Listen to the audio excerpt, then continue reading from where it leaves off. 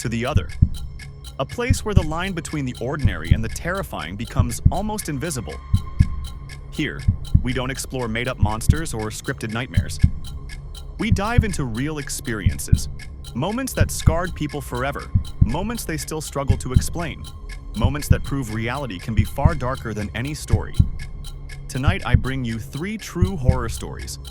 Stories that began like any other normal day: a quiet walk home, a late-night shift, a stranger passing too close, until something shifted, and the familiar became unsettling, the safe became dangerous, and the night became a witness to things no one should ever see. These are accounts shared by real people. People who felt the breath of fear on their necks, who heard footsteps when they were alone, who realized too late that something was horribly wrong.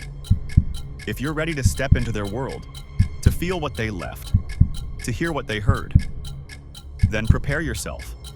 And before we begin, don't forget to subscribe to The Other, because the truth is, there will always be more stories lurking in the dark, waiting for you, right here on The Other.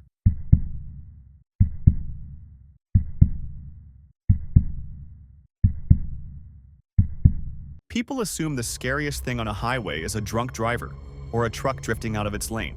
Something logical, something explainable. I used to believe that too. Then came the night of July 3rd, 2011.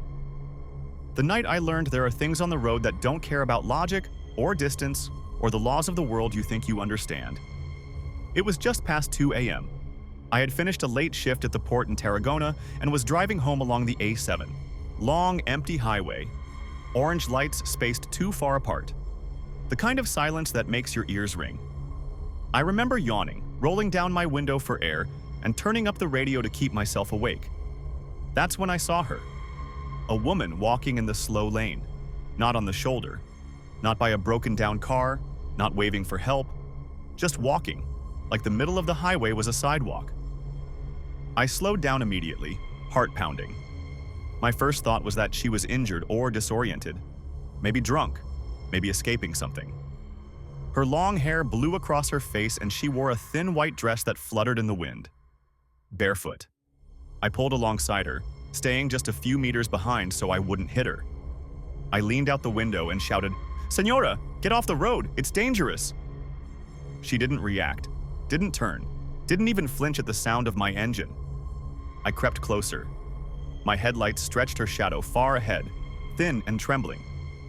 "Señora!" I shouted again, slowly, painfully slowly. She turned her head toward me.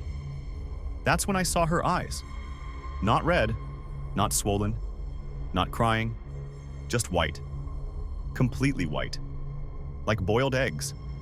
Like the eyes of a corpse pulled from the water. My skin tightened. Every hair on my arm stood on end. She didn't look surprised or frightened. She just stared right into me. And something about that stare made me feel like she wasn't seeing me. She was studying me.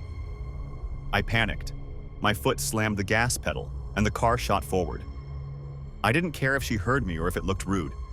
I needed distance, space, something between us. I didn't look back. For a few minutes, I convinced myself it was exhaustion. Maybe her eyes had reflected the headlights strangely. Maybe she had medical issues.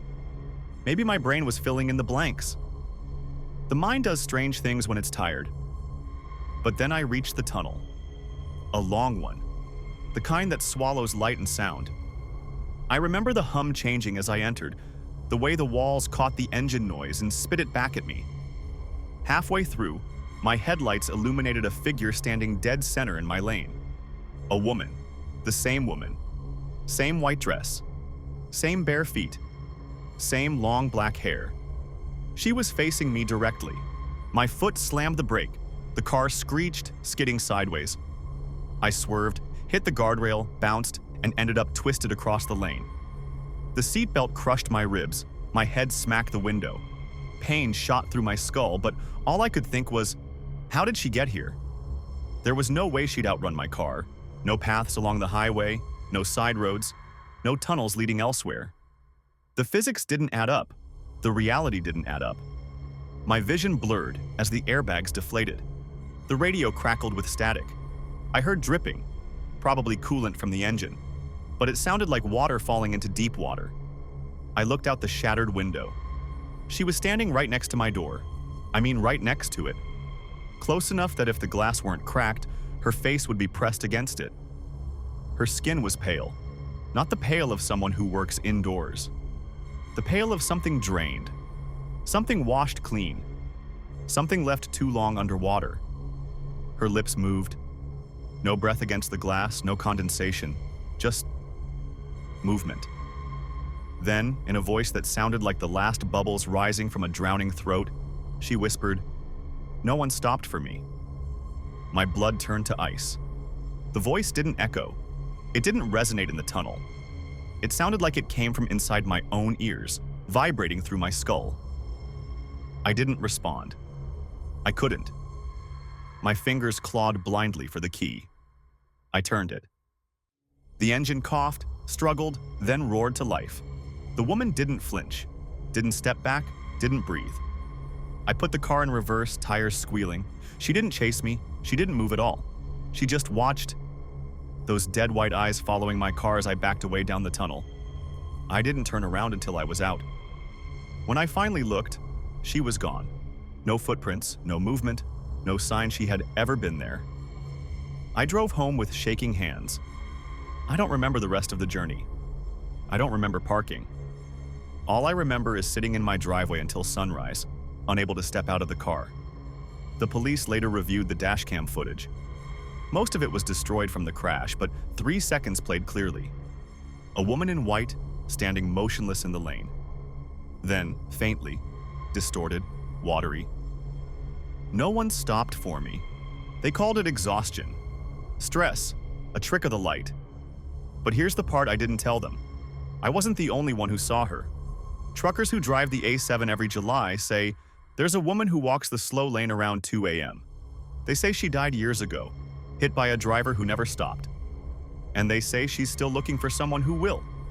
I haven't driven that highway since. Not at night, not alone, not ever. Because I know what I saw. And I know what she said. And I know she wasn't finished with me, not then. And maybe, not now."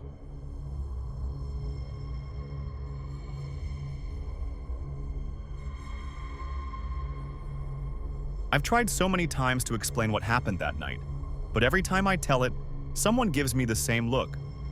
Eyebrows raised, polite half smile, waiting for the punchline. There is no punchline. There is only the staircase. I was visiting my cousin Youssef at the old El Mouradia apartment block. Anyone who lived there back then will tell you the place had personality, cracked walls, flickering lights, a constant smell of damp concrete. But it was cheap, so people stayed. The elevator almost never worked. It was either stuck between floors or groaning like something inside it was dying, so everyone used the central staircase instead. 12 steps between each floor. Always 12. I knew because I had counted them dozens of times. February 9th was a blackout night. The entire neighborhood swallowed by darkness after a power cut. The kind of blackout where you can't see your own hand unless it's touching your face. I called Youssef. He told me to come up to the 5th floor anyway, said he had candles and mint tea, and that the blackout would only last an hour. So I started climbing the stairs. My phone battery was low, but the screen gave off just enough light to see the steps. I counted out of habit, whispering under my breath, 1, 2, 3. When I reached the landing for the 4th floor, I felt the air change. The building was always cold, but this was different. The kind of cold that feels wet, like the inside of a cave. I started up the next flight. 1, 2, 3. My foot stepped on something that wasn't supposed to be there. A step. An extra step. I counted again, slower, shining my weak phone light on the concrete. 10, 11, 12. And then, 13th. I froze. There had never been 13 steps on that staircase. Not once in the decades that building had existed. I don't know why, but my heart began to pound. Something inside me, something old, instinctive, whispered that I should go back, that this step wasn't meant for me. But I ignored it. I lifted my foot and stepped onto the 13th stair. The air shifted instantly. A pressure. A whisper of cold wind brushing my ear. Then I heard it. Breathing. Not my own. Not the soft, natural kind. A slow inhale. A wet, rattling exhale. Right behind me, I spun around so fast I nearly slipped. My phone light flickered uselessly across the stairwell. And everything looked wrong. The walls weren't the same. The paint was gone. The apartment doors were gone. The entire staircase behind me had changed. The handrails were rusted metal. The walls were bare concrete, cracked and weeping dark streaks of moisture. There were no lights, no apartment numbers, no electrical boxes. It looked like the skeleton of the building, the part that wasn't supposed to exist anymore. I whispered, "Hello?" The breathing didn't stop. I waved my light downward, toward the bottom of the staircase. And that's when I saw him. A man stood there, several flights below me. His clothes were soaked, a suit jacket clinging to his body, sleeves dripping with water. His skin looked gray. His hair hung down in wet strands. He wasn't climbing. He wasn't walking. He was just standing, his face tilted upward, staring at me. His eyes were wrong. Too wide, too empty, too hollow. I choked on my own breath and nearly dropped my phone. Then he lifted one arm. Slowly. The sound of water dripping from his sleeve echoed up the stairwell. He raised his hand, extended one shaking finger, and pointed directly at the stair under my foot. His voice came out in a trembling whisper, like someone speaking through water. "Don't step on my stair." My body locked. Every muscle in me froze. I could barely breathe. His eyes never blinked. Not once. He took one slow step upward, then another. Each footfall made a sick, wet sound. I staggered backward, onto the landing that should have been the 5th floor, and suddenly the entire world around me flickered. The concrete walls flashed with color. The rusted rails blinked back to painted metal. The wet air vanished. Light exploded above me as the building's power suddenly came back on, and in an instant, I was standing on the normal 5th floor landing. Concrete, paint, apartment doors, faint voices, everything familiar. The 13th stair was gone. The breathing was gone. The man, gone. All that remained was my pounding heart and the faint echo of his words still vibrating in my skull. I ran to Yusef's apartment. When he opened the door, he said I looked like someone drowning. I didn't argue. I just pushed inside and locked the door behind me. I didn't sleep that night. I sat on his couch replaying it again and again. The extra step, the wet air, the way the world changed like I had stepped into another version of the building. The man's soaked suit, his trembling finger. "Don't step on my stair." For weeks, I refused to use any staircase. I took elevators everywhere, even if they creaked or shook. I started counting steps in other buildings, terrified I'd find a 13th where it didn't belong. Eventually, I moved away from the city, away from the building, away from the stairwell that wasn't supposed to exist. But sometimes, in the early morning, when everything is quiet and my thoughts drift back to that night, I swear I can still hear it. A single drop of water, falling, echoing, waiting, and a voice from somewhere just out of sight whispering, "Don't step on my stair."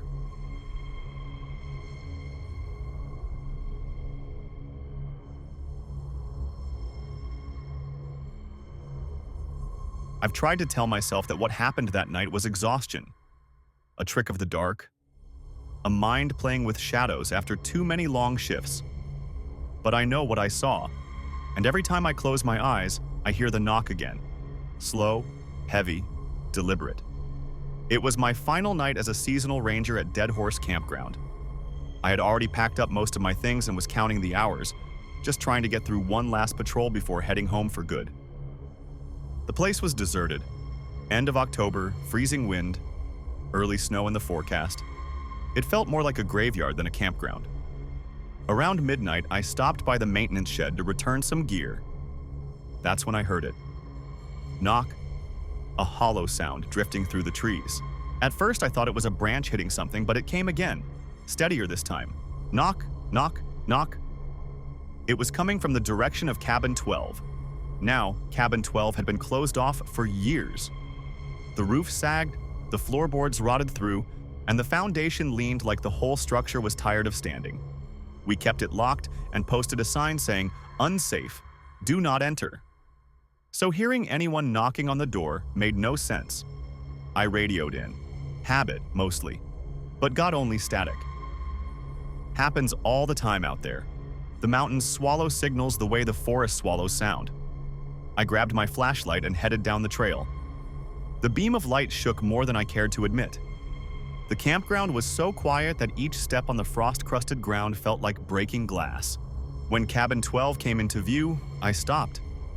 There were footprints on the dirt path leading straight to the door. Bare footprints, human, and wet, glistening as if whatever made them had walked straight out of the river.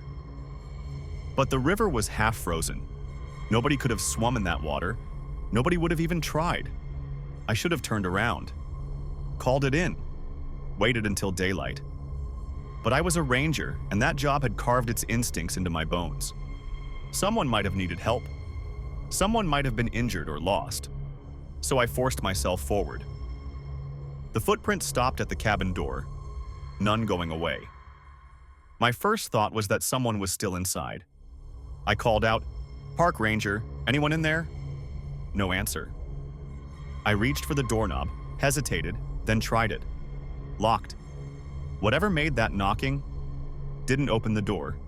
It knocked from outside, just like I heard. That's what made my skin crawl. The idea that someone, stood right where I was standing and knocked on a locked door in the middle of the night for no reason. I walked around the cabin, checking the windows. Most of them were boarded up, but the boards were old and loose. When I reached the back of the cabin, my boots sank into cold water pooled beneath the rear wall. The boards back there were damp. Something had been inside. Recently.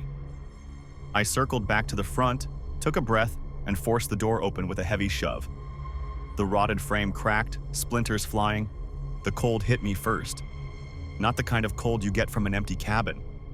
This was deeper, like stepping into a freezer. My breath came out as white clouds. The flashlight beam flickered as I swept it across the interior. The place was empty except for a puddle of water stretching across the warped wooden floor. It rippled slightly, as if disturbed a moment before.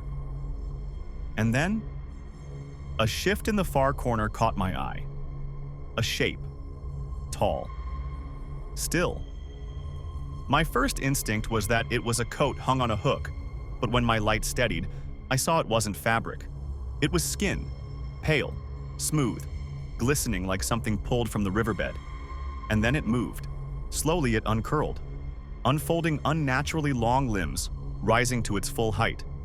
I couldn't make out a face at first, until it tilted its head toward me. There were no eyes, no nose, no mouth, just a blank surface of wet skin where a face should have been. I froze. My brain screamed to run, but my legs wouldn't listen. The thing lifted an arm, and I watched its fingers twitch, jerkily, unevenly, as if it wasn't used to having them. Then it did something I will never forget. It raised its fist and knocked on the wall beside it. Slow.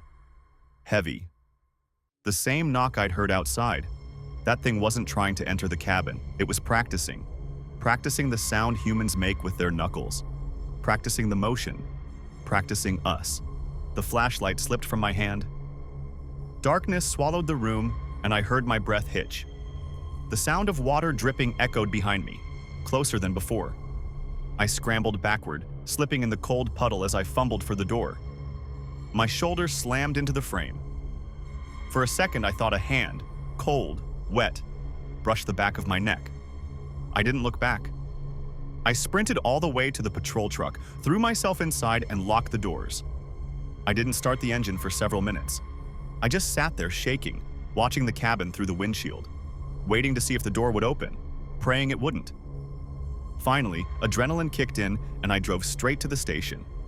I wrote a report, not everything, but enough to justify boarding up cabin 12 permanently. I handed in my badge at sunrise, packed my things, left Montana before nightfall. Sometimes when the room is quiet, When the world settles and there's nothing but my breathing, I still remember that sound. Knock, knock, knock. It wasn't asking to come in. It was learning how to be like us. And the worst part? There were footprints leading to the cabin, but none leading away. Which means whatever was inside, it's still out there,